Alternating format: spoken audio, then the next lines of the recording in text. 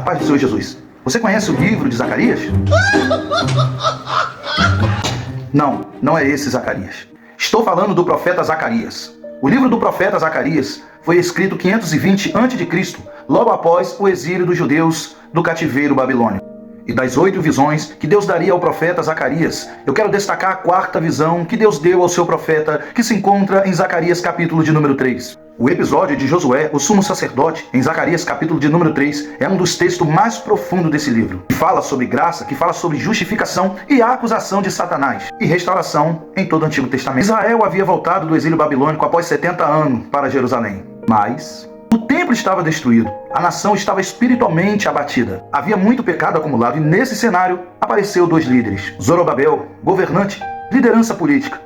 E Josué, sumo sacerdote, liderança espiritual. E Josué, o sumo sacerdote, líder espiritual, não representava somente a si mesmo, mas todo o povo diante de Deus. Nesta visão, o profeta Zacarias viu o sumo sacerdote Josué, que à frente de Josué estava o anjo do Senhor, e ao lado direito de Josué estava Satanás para se opor contra ele e o acusar. E a palavra para Satanás em hebraico é Satã, que significa acusador, adversário, opositor ou promotor de acusação. Lembra quando Jesus falou para os seus discípulos, vamos, porque convém que o Filho do Homem seja entregue às principais autoridades e sumo sacerdote para ser morto? E Pedro falaria, mestre, tenha misericórdia de ti mesmo, pois isso não vai acontecer? Sim, isso mesmo que você está pensando. Quando Jesus ele diria para Pedro, para trás de mim, Satanás, para que nada me serve a não ser para ser pedra de tropeço. Jesus não estava falando que ele estava endemoniado, não. Jesus estava falando que ele estava se opondo contra a vontade de Deus. Lembra o que eu falei? A palavra Satanás em hebraico significa Satã, que significa opositor. Ele estava se opondo contra a vontade de Deus. E a verdade nos mostra que Judas que traiu Jesus, e o verdadeiro endemoniado era Judas. E Jesus não chamou Judas de Satanás, não. Chamou de amigo. Fala, papai! Cuidado quem você chama de amigo, porque esse verdadeiramente pode estar com Satanás. Então nessa visão do profeta Zacarias, vendo o sumo sacerdote Josué e na frente de Josué o anjo do Senhor e ao lado direito Satanás pronto para lhe acusar, entendemos que ali acontecia uma espécie de tribunal celestial. Sim, e existe 3 personagens, Deus, Josué e Satanás. E Satanás não está tentando, ele está acusando. O texto 3 responde, ora, o sumo sacerdote Josué estava com as vestes sujas. A expressão hebraica é extremamente forte, literalmente. Não era simplesmente roupas empoeiradas, era uma figura de extrema impureza naquele momento. E como Josué, sumo sacerdote, ele deveria usar roupas santas. E as vestes sujas simbolizam culpa, pecado, impureza, indignidade. E Satanás não estava inventando acusações. Josué verdadeiramente, sim, ele era pecador.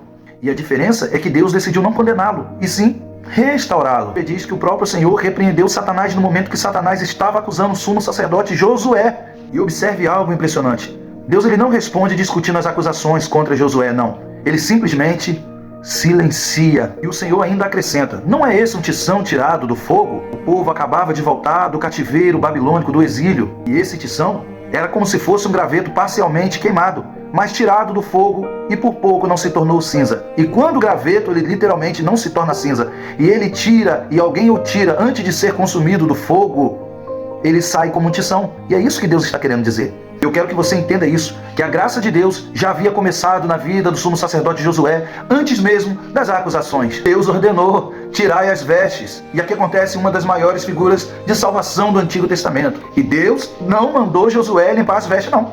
Deus mandou Josué trocar as vestes. E depois o Senhor diz, tenho feito passar diante de ti, Josué, a tua iniquidade. Porque a roupa representa não somente a aparência, mas também representa a culpa.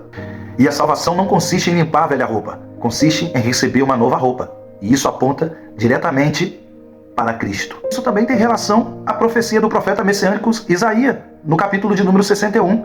Vestiu-me com veste de salvação. A relação com Paulo e Romanos passa para a gente a mesma ideia. Somos revestidos com a justiça de Cristo. E não é a nossa justiça, é uma justiça recebida. Agora sim, com uma veste nova, com um turbante na cabeça, ou melhor, ou mitra, ou melhor, turbante, entenda da maneira que você quiser, escrito santidade ao Senhor. Agora Josué está apto para servir o Senhor dentro do templo do Senhor. Entendeu? Primeiro, Deus limpa, trocando as vestes. Depois Deus chama para servir. Nunca ao contrário. Primeiro, Deus limpa, depois nasce de novo no batismo. Primeiro, Deus limpa, depois Deus dá a oportunidade para servir. Nunca ao contrário. Primeiro é o arrependimento. Nunca ao contrário. Nunca ao contrário. Meu Deus, que forte. Que burdoada, que lapada, que... E Deus ele faz uma promessa a Josué. Se guardares as minhas palavras e for fiel, governará a minha casa. Sabe por quê? Porque primeiro nós devemos limpar a nossa casa para depois pôr ordem na casa de Deus. Guardará os átrios e terá livre acesso à minha divina presença. Para mim serve para você, sim. Porque para ele ter livre acesso, ele não vai depender de profeta, ele não vai depender de ninguém. Ele terá o livre acesso à presença divina. Assim somos eu e você.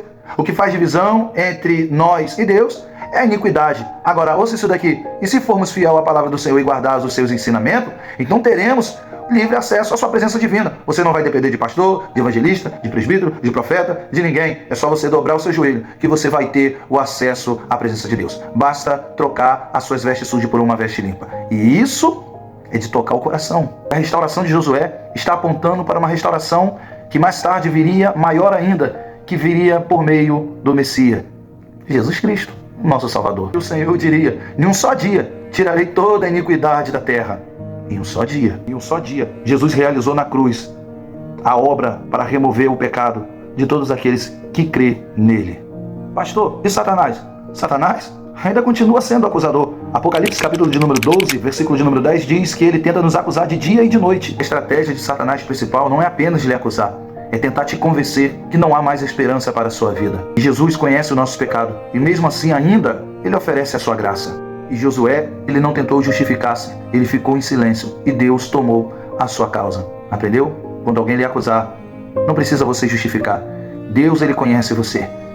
O próprio Senhor te justifica. E isso ensina que a nossa esperança está em sua misericórdia divina e não em nossos próprios méritos. Zacarias 3 apresenta um tribunal onde o pecador culpado está diante de Deus e Satanás apresenta as acusações reais. E uma frase que resume esse capítulo é: Satanás aponta para o pecado, Deus aponta para o Salvador, Jesus.